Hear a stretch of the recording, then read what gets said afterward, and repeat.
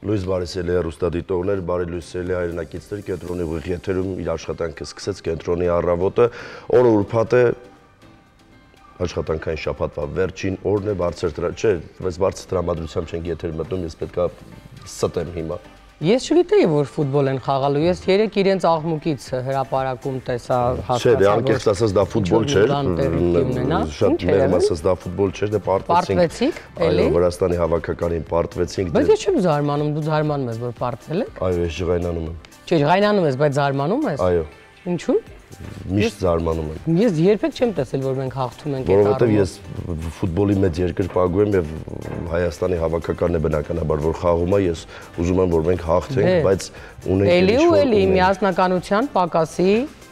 ասում եմ, ակնառու դրսևորում։ Ես չգիտեմ ինչի պակաս է, բայց էլ չեմ ուզում ֆուտբոլ նայել, չգիտեմ։ Այդպես անհատական սպորտում մենք ինչ հաջողություններ ենք գրանցում այնուամենայնիվ, իսկ այստեղ ոչ այդքան։ Եվ ես կարծում եմ, քանի որ այն ինչ էլ որ ունենք հիմա մեր իրականության մեջ, եւ ես շատ լավ հասկանում եմ, որ մեզ նայում են մարդիկ, ովքեր իրենք արդեն իսկ այդ ամեն ինչի մասին գիտեն, այսինքն համակարծիք են, դրա համար էլ մենք իրենց հետաքրքիր ենք։ Եվ ես հավատացած եմ ավելի քան, որ եթե մենք դարերի ընթացքում կորցնելով երկիր, ցեղասպանության միջով անցնելով, ծովից ծով Հայաստանը կորցնելով, մենք մեկ է չենք հասկացել, հետևություն չենք արել մեր խնդիրը որն է։ Ոնց որ նախորդ անգամ կարդում ենք, հա, Ռաֆին ինչ էր ասում։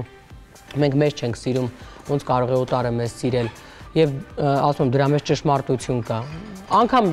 սեփական երեխայի հանդեպ ունես անտարբեր վերաբերմունք, բոլորը ունեն անտարբեր վերաբերմունք։ Իսկ երբ որ դու ապրում ես քո երեխայով, պաշտում ես, կրթում ես նրան, դաստիարակում ես, չգիտեմ, բոլորը նույն կերպ են իրենց պահում։ Անկամ օտարը, որ տենց կողքից հարևանդ նայում է, ինքը զգույշ է քո երեխայի հետ բարևում, որովհետև ինքը գիտի, որ այնտեղ լուրջ արժեքներով են զբաղված։ Այդ ուղիղ համեմատական է, այնպես որ եթե դուք որոշել եք, որ ինչ որ բան պիտի փոխվի, ու ամեն մեկը իր հերթին տանը նստած ասում է բանը, մի բան արեք։ Անում ենք։ Թե չէ որ անում ենք, ով է լսել մեզ։ Այնպես որ ոչ մի բան էլ չի արվելու, որովհետև այդ անելու համար բոլորը անխտիր, բոլորը։ Էական չի է, մանկավարժ է, բժիշկ է, ինչական է, նախկին է, ներկա է, ապագայից է եկել։ Բոլորը պիտի մի գաղափարի շուրջ հավաքվեն, բայց քանի որ մենք գաղափարախոսություն էլ չունենք, մենք առասարակ հայրենիք էլ չունենք, գիտակցում հայրենիքի, ոչինչ չի լինելու։ Երեք այդ ծառերի հետ կապված Քրիստինե ազգանունը մոռացա, ինձ մոտ մի անգամ հյուր եղել է։ Ներկայացնում է քաղաքապետի, ասում է, այս ինչ որ դուք անում եք, սա ես ներկայացրել եմ ու մի քանի շատ լուրջ երկրներ է նշում, սկսած Ֆրանսիայից, որ ինքը նամակով դիմել է, որպես խորհուրդ, ինչ կասեք, այս մեր պրոյեկտի հետ կապված եւ ասում է տարբեր երկրների բնապահպանության այդպես լուրջ ինչ որ անուններ է տալիս, որոնք այսինքն այդ ոլորտում աշխատողները հաստատ ճանաչում են։ Ասում է դե այնտեղ ոմանք ասացին, որ հանկարծ այդպիսի բան չանեք։ Ֆրանսիան օրինակ ասաց, այսինքն այն մեթոդով, որ իրենք իբր հատում են, հա,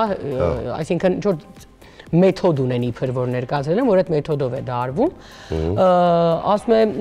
այնտեղ կարդում էր, ես ուզում էի կիսվել, բայց չկարողացա, ասում է, ոմանք ասացին, որ հանկարծ այդպիսի բան չանեք, դա պարզապես անգրագետ որոշում է, Ֆրանսիան, ասում է, ու Ֆրանսիայում ինչ որ մի բնապահպանի հայտնի անուն է հնչեցնում, ասում է, ինքն ասաց, վայ այդպիսի բան մի արեք, մենք արել ենք այդ պրակտիկան, մինչև այսօր հետևանքները կրում ենք։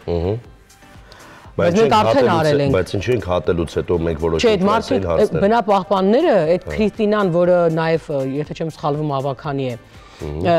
ինքն ասաց, մենք ասել ենք, որ մի արեք, բայց մեզ լսող չկա։ Եվ առաջին անգամ ես իր տեսագրությամբ եմ տեսել, որ հիմա էլ երեք էլ էր ոնց որ ինչ որ բան հատվում, ինչ որ մեկը որոշել էր իր տարածքում այդ աներ, էլի տենց դե ինքը տենց որոշել էր։ Ինքն ասում է, քանի որ մեզ չէին լսում, այսինքն արվեց, հետո process-ը կանգնեցրին, չէ, բոյկոտի բանի պատճառով բոլորը դուրս եկան։ Ինքն ասում է, ես այս բոլոր պատասխանները, այսինքն ինչ են մեզ պատասխանել, որովհետև դե չեն լսում մերոնց, ասում է, այդ բոլոր պատասխանները ուղարկել եմ իրենց, թե ինչ են պատասխանում։ Եվ առանձնապես ոչ մի արձագանք չկա, ուզում եմ հասկանալ, երբ որ գալիս եք դուք պաշտոն ստանձնելու, այլ բան չկար անելու, անպայման երկու բան կար անելու, բանը, ծառերը հատեք, թանկացրեք բանը, կարմիր գծերը, տրանսպորտը, վերջ, այդ մեր ամբողջ խնդիրներ, եկել էր այս մարդը այդ խնդիրները լուծեր։ Ավինյանը եկել էր, որ քաղաքի խնդիրները լուծեր, ինքը հասկացել էր, որ շատ մատչելի է ամեն ինչ, պիտի այս ամեն ինչի հարցը լուծվի։ Ծառերը պիտի հատենք, տրանսպորտը պիտի թանկացնենք, կարմիր գծերը պիտի թանկացնենք, ու էլ ինչ կա այնտեղ, չգիտեմ։ Ուրիշ բան չունենք անելու։ Իդեպ բացի դա ես ասեմ, որ մենք շատ թանկ երկրում եւ շատ թանկ քաղաքում ենք ապրում, ահավոր թանկ, երբ առիթ ես ունենում որովհետեւ մի քաղաք տուն է սենց է անում։ Քառակուսին ընդամենը $4500։ Այո։ Հա, իդեպ ասեմ, համացանցում այս մեր շատ հարգելի եւ սիրելի բրոկերները, որ պոզիտիվ այդ բարձր տրամադրությամբ գովազդում են վաճառքի տները, ընդամենը $7,800,000։ Ուզում եմ Հայաստանում $7,800 իրար հետ միասին տեսել եք։ Ասում են ընդամենը վերջերս պատերազմող երկրում, այսօր չգիտես մեր երկրի հարցը ինչ է լինելու, հենց հիմա օրհասական վիճակում ենք, $7 միլիոն տուն ենք, $7 միլիոն մարդը կգնա Լոս Անջելեսի են սարի գլխին կառնի, ոչինչ որ ասма հետո 4 միլիոն էլ կմնա։ Հա, 4 միլիոն էլ կմնա ու գումարած դրան իրականում կունենա իր ապահովագրությունները, որովհետև այդ բնական, չգիտեմ, աղետները ամենտեղ կարող են լինել, բայց խնդիրն այն է, որ ամբողջ աշխարհն ասում է, ո՞նց ենք մենք ամենաթանկ երկիրը, ես այդպես էլ չեմ կարող։ Բայց ուզում եմ հասկանամ, մենք ինչի շնորհիվ ենք ամենաթանկը, լավ, ասենք, այն ինչը որ մենք ներմուծում ենք դրսից։ Մենք էլ ենք մինիմալ աշխատավարձի 3000 € ստանում։ Բայց այն ինչը որ մենք ներմուծում ենք դրսից, ասենք գնում ես տերում ես այնտեղ իրականում կոպեկներ, օրինակ, չգիտեմ, Ռուսաստանի Դաշնությունից կամ Եվրոպայից, ոնց է լինում, որ հասնում է Երևան կամ հասնում է Հայաստանի Հանրապետություն, ու այսքան աստղաբաշխական գումարներ։ Ես անկեղծ եմ ասում, Ռուսաստանի Դաշնությունում կա օղի, լավ, այսպես ասեմ, օղի, որը որ արժե $3,800, այդ օղին մեզ մոտ վաճառվում է $16000։ Ուզում հասկանամ, Ծիրանը Մոսկվայում, որը գնում է մեր մոտից այնտեղ, ավելի մատչելի է, քան մեզ մոտ։ Որովհետև ամբողջ Ծիրանը գնում է այնտեղ, մեզ մոտ Ծիրան չի մնում, Ծիրանի դիֆիցիտ է։ Լավ ստացվեց, որովհետև իրազեկ եւ պաշտպանված սպառող հասարակական կազմակերպության նախագահը գալու է այսօր մեզ հյուր, Բաբկեն Պիպոյանը, ինքը հատկապես իր հաղորդումներով էլ մեր կենտրոն հեռուստաընկերության եթերում տեսնում եք գրագետ պատասխաններ, մենք կարող ենք իմիջիայլոց այս պատասխան հարցերը նաեւ իրեն տալ ու հասկանանք ինչով է դա պայմանավորված, այն որ մենք խայտառակ թանկ երկրում ենք ապրում, դե ինձ թվում է վաղուց եք հասկացել, տանգներից, վարձույթից եւ այլն։ Ամեն ինչը, սննդամթերքը շատ թանկ է մեզ մոտ, կարտոֆիլը, չգիտեմ, լոլիկը, բանջարը, այն ինչը որ այստեղ աճում է, այն ինչը որ մենք ունենք, դա էլ է ահավոր։ Ես իմիջիայլոց անգամ այն տրոպիկական մրգերը, որ բայց լուցկին նույն գինն է։ Դեռ նույնն է, կորժիկի նման։ Չգիտեմ։ Կորժիկը ինչքան է։ Վաղուց։ Այդ իմ սիրելի անեկդոտներ պոլիտեխնիկի ուսանողների համար։ Իրականում այս չտրամաբանված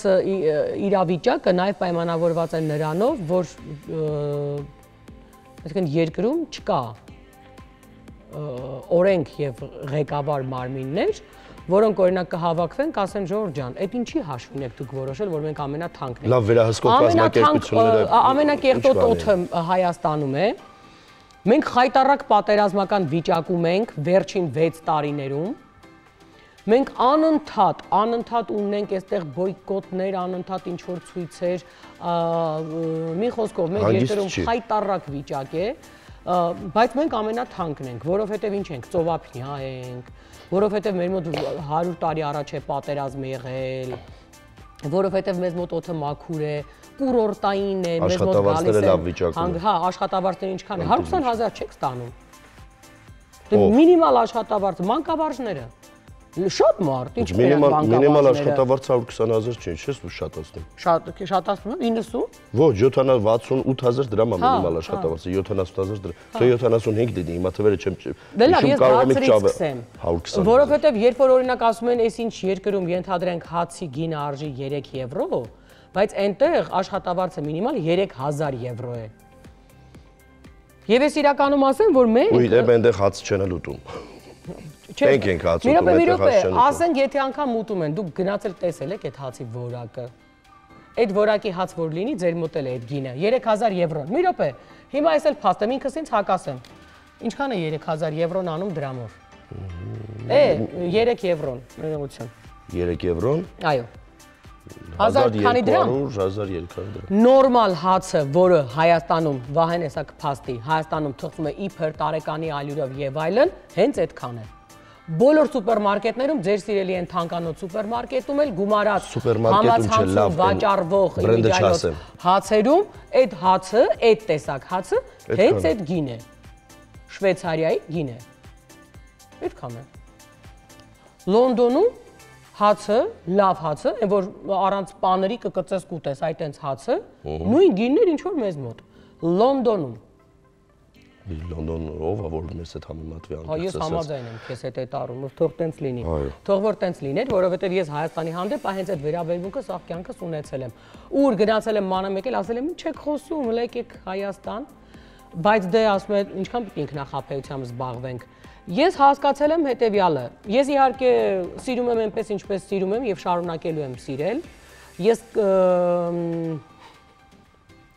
կրթվելու նորաձևության մասին չեմ խոսելու, որովհետև ես ճիշտ ասած այն ընտանիքում եմ մեծացել, որտեղ մի ողջ կյանք տարիքս չասեմ, մի ողջ կյանք լսել եմ, որ կրթվելը նորաձևել է, պարտադիրել է, ու հլու չկրթվես, ու տենց չի էլի, որ ես տենց 50-ից հետո պիտի հասկանայի այդ մասին։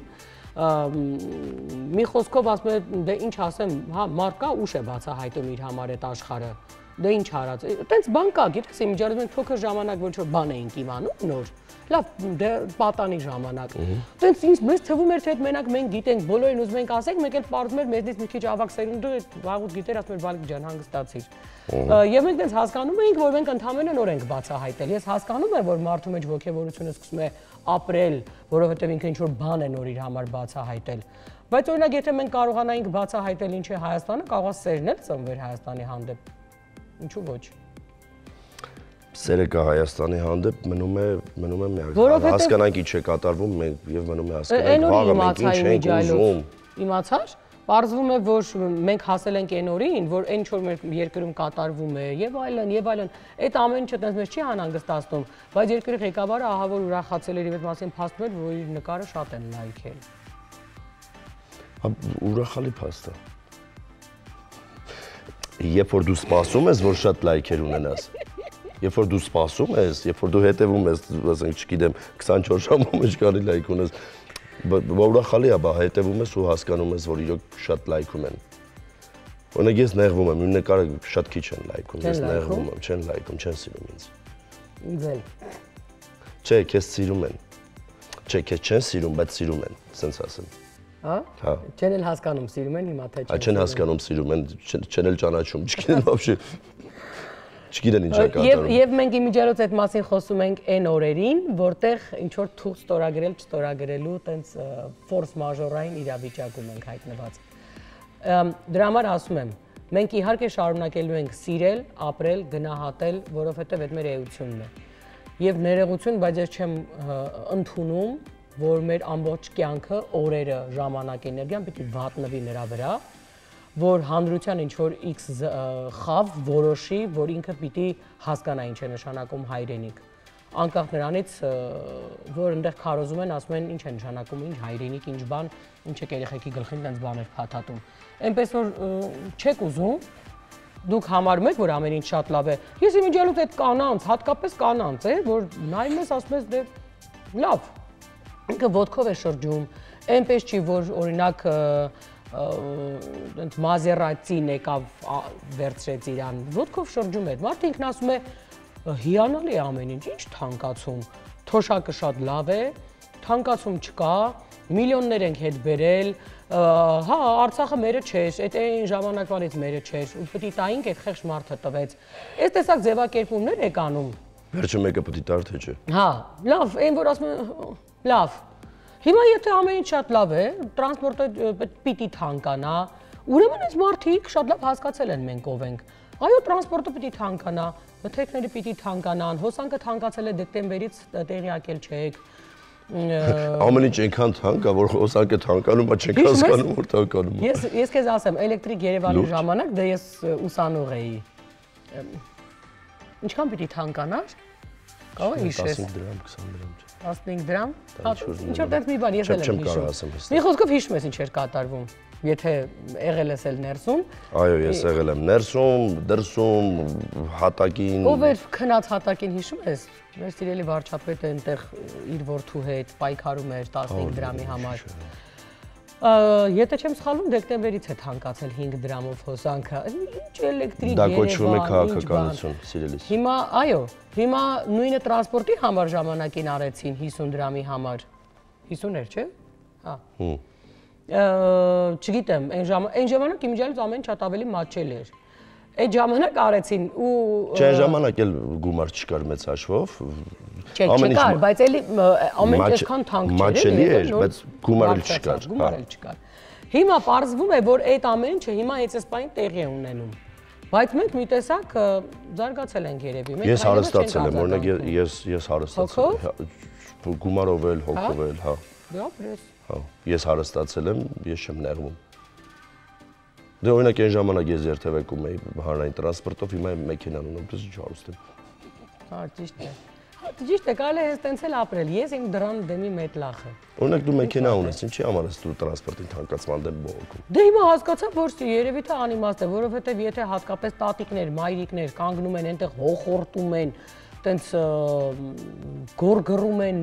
պիտի թանկանա բան, տենց շատ լավ է։ Օրինակ դու ֆուտբոլ չես նայում, օրինակ ինչի պետք է նյարդայնանաս, որ Հայաստանի հավաքականը պարտվում է։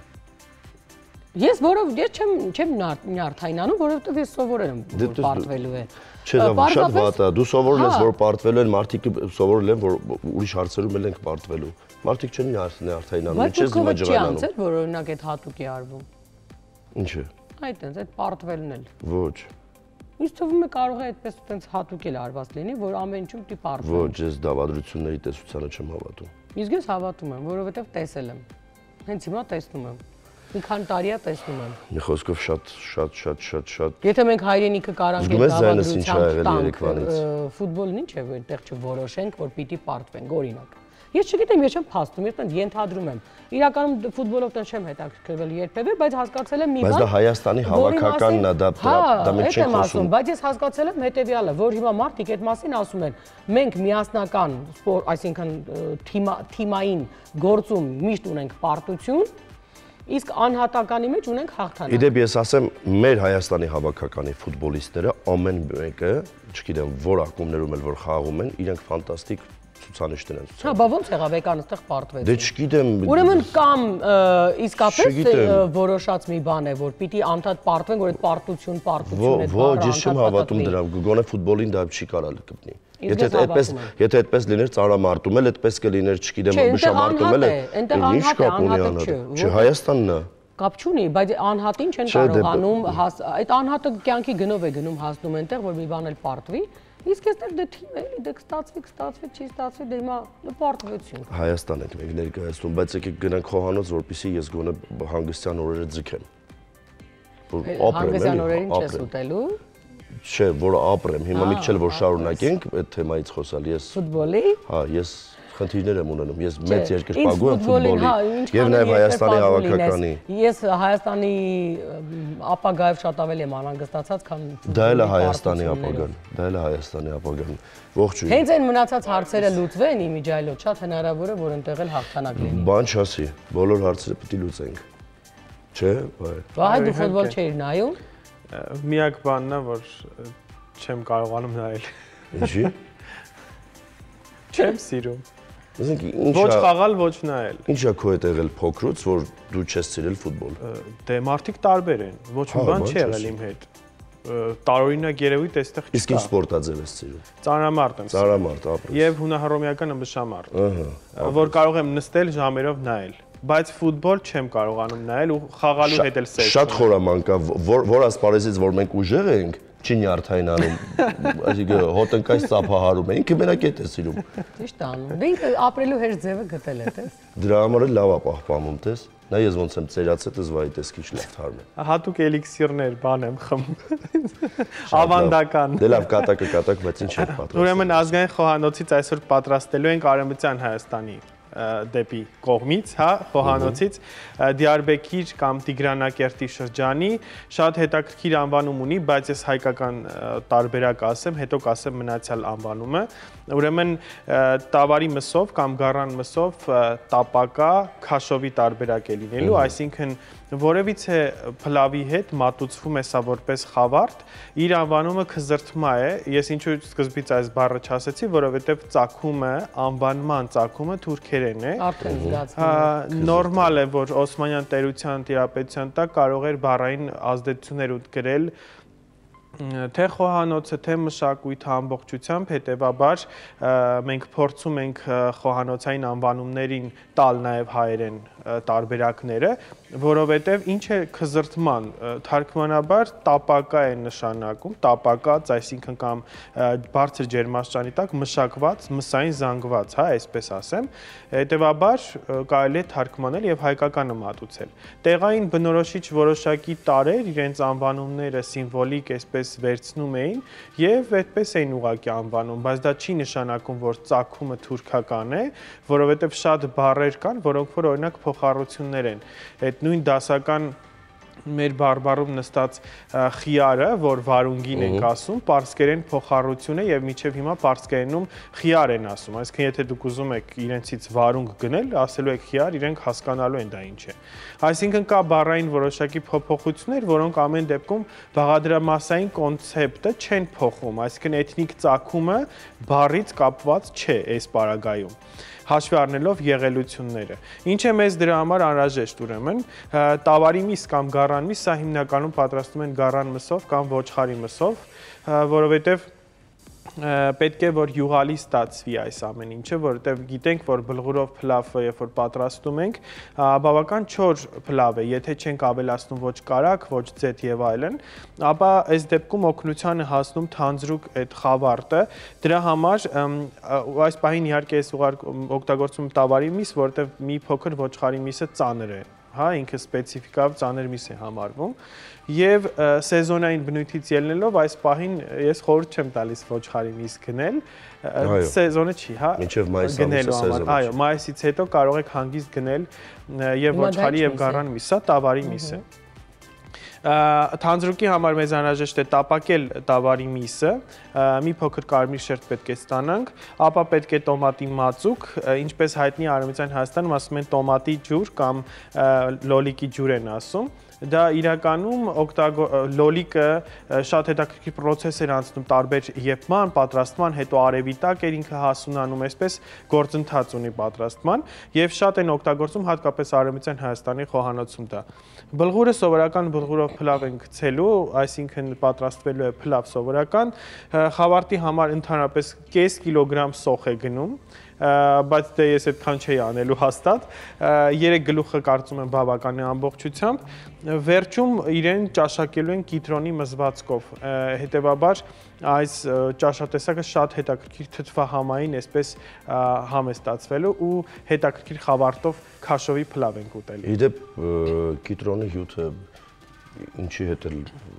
օգտագործումը շատ համեղ է լինում։ Իրականում այո, հետաքրքիր համ է փոխանցում, բայց կան բաներ, որոնց հետ համադրությունը մի փոքր չի ստացվում, երբ որ թթվային բալանսը չի ապահովում։ Այստեղ ինչի է ապահովում թթվային բալանսը, որովհետև բլղուրը ինքն իրենից այդպես չեզոք համային բազա է ներկայացնում, ավելի շատ Օսլայի չափաբաժինն է այստեղ, հետեւաբար կիտրոնի այդ համադրությունը թթվային բալանսի է բերում եւ մեզ դուր է գալիս այս պարագայում։ Դրանից է կախված, որ մենք կիտրոն ինչ-որ բանի վրա նախընտրում ենք, ինչ-որ բանի վրա, այսպես ասած, հյութը չենք նախընտրում։ Եվ հետո մարսողությանն է ազդում իդեպ կիտրոնի հյութը։ Լավ։ Այո։ Որ ասած փլավը գցեմ, ուզում եմ հասկանալ, մենք ինչի ենք փլավը գցում, տոլմեն դնում։ Այդ ժողովրդական խոսվածք է իրականում, փլավը գցեմ։ Ու մաքրում տները։ Այդ մի տունն է։ Տոլմեն դնում ենք, ես ասեմ։ Կամ դնում որովհետև պետքա շատ զգուշ դնել, որ չքանդվի երևի, բայց փլավը պետքա գցել, որովհետև քանդվելու հետ կապված խնդիր չունենք, կհավաքենք Այդ ստացվում է այն մեր բակի մեջ, որ ասում եմ մի հատ նարդի չգցենք, որ նարդին ներցնում են, գցում են պատշգամբից, այդ նույն դասական տարբերակն է, բառը հասկանալ այնպես ինչպես կա։ Բայց օրինակ, չգիտեմ, իմ ընտանիքում այդ արտահայտությունը մենք չենք անում, մի հատ փլավ գցենք։ Մեզ մոտ տարածված է, որովհետև ել եմ ասում, բարբառային խոսվածքում ժողովրդական տերմիններ կան, որոնք որ արդարացված չեն գրական խոսվածքում եւ սխալ է իրականում, բայց դե շերտավորման մեջ դրանք օգտագործվում են։ Անկախ նրանից դա ինչ-որ ծագում ունի, չունի, բայց իրականում ծագում ունի, հա, ինչ որ մեկից ինչ որ բան եկել է, որ այդպես ասել են, հետեւաբար իհարկե ճիշտ չէ օգտագործել դա որպես գրական խոսվածքում եւ այդ բառամթերքային համակարգում, բայց դե ժողովուրդը զորեղ է։ Դե ամեն դեպքում դա շատ քաղցր է, նախ սկսենք բարբառների քաղցր է, քաղցրացնում է եւ ես սիրում եմ այդ ամեն տեղանքի բարբառ, որ ինքը իր այդ սպეციფიկ բառերն ունի, որ մյուս տեղանքում չեն օգտագործում, շատ նաեւ բառեր կան, որ չենք էլ հասկանում։ Միջև որ իմանում ենք, սովորում ենք։ Դե ինչ սիրելի հեռուստադիտողներ, մեր ինչ է ժամանակը հա քիչ է։ Տեսանյութ ունենք։ Երջանկության օր։ Այո։ Երջանկության օրն է։ Ես չէի ասի, որ ես երջանիկ եմ, մինչև մենք չհաղթենք։ Ֆուտբոլում։ Այո։ Չէ, ես ավելի լուրջ հաղթանակներ եմ ուզում։ Հաղթանակներ բոլոր դրսևորումներում, ոչ միայն ֆուտբոլում։ Ես դեռ ուզում եմ, որ հաղթենք գոնե մենք միասին իրար սիրելով ու ասում պետք էլ չի, որ անգամ հիմա տարբեր բաներ հավաքենք իրար գլուխ, դուք դրա համար պայքարեք։ Մենակ մեր երկրի համար պայքարեք, այդ արդեն կլինի հաղթանակ։ Ինձ թվում է այդ է երջանկությունը։ Երբ դու ապրում ես մի երկրում, առասարակ ասում են երջանկությունը այն է, որ դու զբաղվում ես քո սիրելի գործով։ Այն մեկն ասում է երջանկությունը այն է, երբ դու շրջապատված ես քո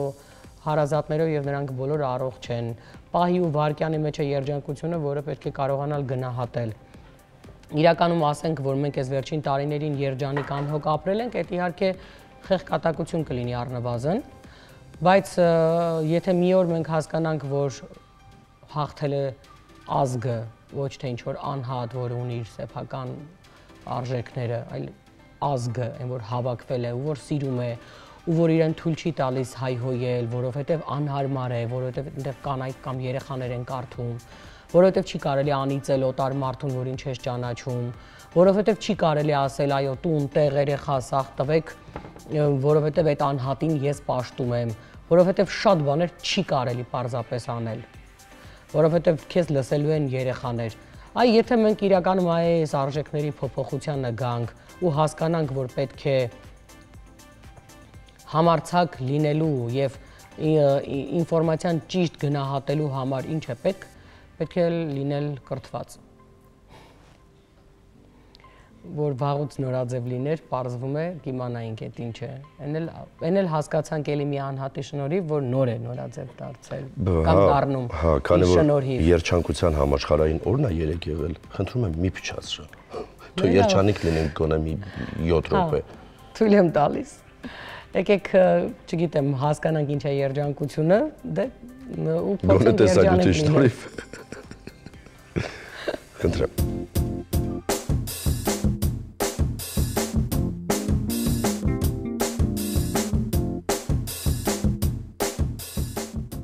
Մարտի 20-ը նշվում է որպես երջանկության միջազգային օր, որը կոչված է հիշեցնելու, որ երջանկությունը ոչ միայն անհատական զգացողություն է, այլև կարևոր սոցիալական արժեք։ Սակայն հարցն այն է, ի՞նչն է իրականում երջանկությունը եւ ինչպես կարող ենք այն գտնել մեր առօրյայում։ Երջանկության մասին խոսելիս հաճախ պատկերացնում ենք մեծ ու նշանակալի պահեր, օրինակ երազանքների աշխատանքի ձեռքբերում, ընտանիքի ստեղծում կամ աշխարհի շրջագայություն։ Սակայն հոգեբաններն ասում են, երջանկությունը ոչ թե հեռավոր նպատակ է, այլ ընթացք։ Այն կարող է լինել ամենափոքր բաների մեջ։ Օրինակ տաք թեյի բաժակը սառը օրերին, սիրելի երգը ռադիոյով լսելու հաճույքը կամ ընկերների հետ անցկացրած անշտապ երեկոները։ Հարվարդի համալսարանի շուրջ 80 տարի տևած հետազոտությունը ցույց է տվել, որ մարդկանց երջանկության հիմնական աղբյուրը առողջ եւ ջերմ հարաբերություններն են։ Այս ուսումնասիրությունն ապացուցում է, որ ոչ գումարը, ոչ հաջողությունը, այլ մարդկային կապերն են ապահովում երկարատև եւ կայուն երջանկության զգացողություն։ զգացողությունը։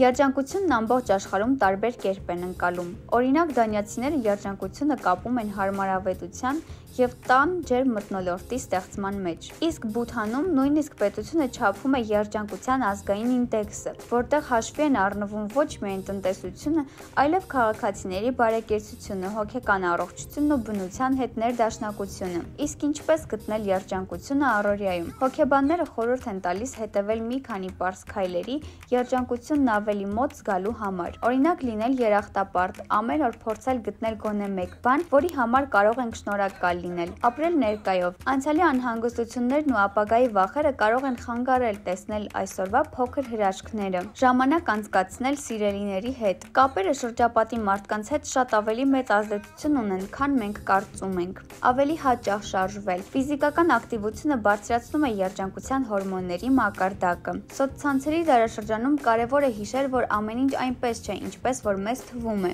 Երջանկության օրը առիթ է վերարժևորելու կյանքի պարզ ուրախությունները։ Երջանկության միջազգային օրը ոչ թե պարզապես տոն է, այլև մի լավ առիթ կանգ առնելու ու մտածելու։ Արդյոք մենք իսկապես գնահատում ենք այն փոքր բաները, որոնք մեզ ժպիտ են պարգևում։ Այդ օրը կարելի է ոչ թե փնտրել ինչ-որ մեծ երջանկություն, այլ նկատել այն մեր առօրյայի ամենահասարակ պահերի մեջ։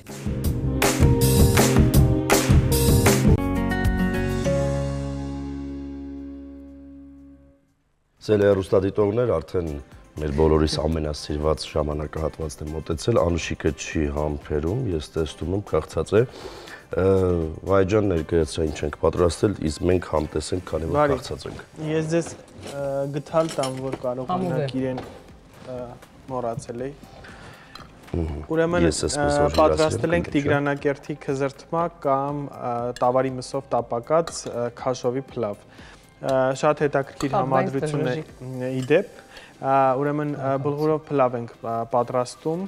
կարող եք նաև մսի արգանակով պատրաստել, վերջում ավելացրել եմ իհարկե ձիթայուղ։